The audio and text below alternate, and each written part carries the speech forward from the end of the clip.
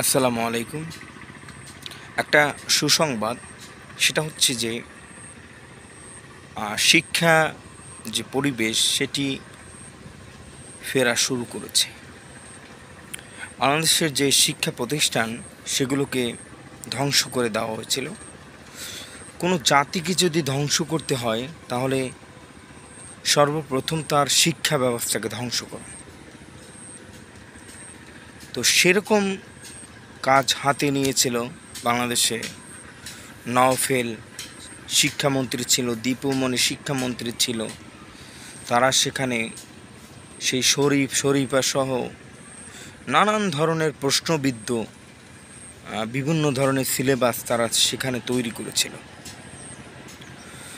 তো এখন বাংলাদেশের যত রাজনীতি বা যত সফলতা, এগুলো ঢাকা ইউনিভার্সিটি থেকে হয়েছে আমরা দেখেছি।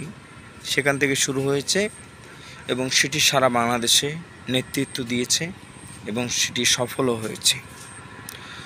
তো এই ছাত্র এবং জনতা সেখানের একজন ভিসিকে দায়িত্ব দিয়েছেন, নতুন ভিসি।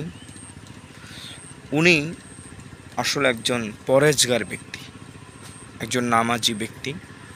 আমি দেখলাম যে উনি ছাত্রদেরকে নিয়ে নামাজ পড়ছেন মসজিদের ভিতরে। এটা দেখে আমি আসলে এটা আমার কাছে এত পরিমাণ ভালো লেগেছে যেটা বলার বাইরে। যে ইউনিভার্সিটিতে নাচানাচি হতো, যে ইউনিভার্সিটিতে অশ্লীল কাজ হতো, যে ইউনিভার্সিটিতে কত ধরনের নোংরা কাজ হতো, আজকে সেই ইউনিভার্সিটির একজন ভিসি, তিনি একজন ইসলামিক মাইন্ডের ব্যক্তি এবং তিনি একজন পরহেজগার ব্যক্তি, নামাজি ব্যক্তি এবং সৎ ব্যক্তি। আসলে এইসব সৎ ব্যক্তি যদি বড় বড় পদে আসে তাহলে আমাদের দেশ পরিবর্তনশীল হতে বাধ্য।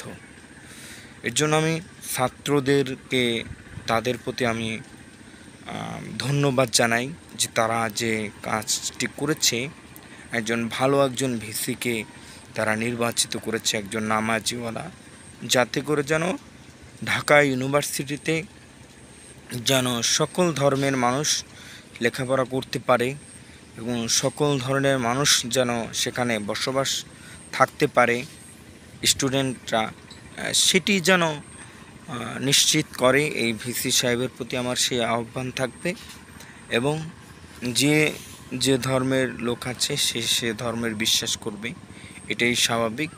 তবে সৎ মানুষ আসার কারণে অবশ্যই আরও বেশি ভালো হবে, ছাত্রদের জন্য, শিক্ষকদের জন্য, সবার জন্য ভালো হবে।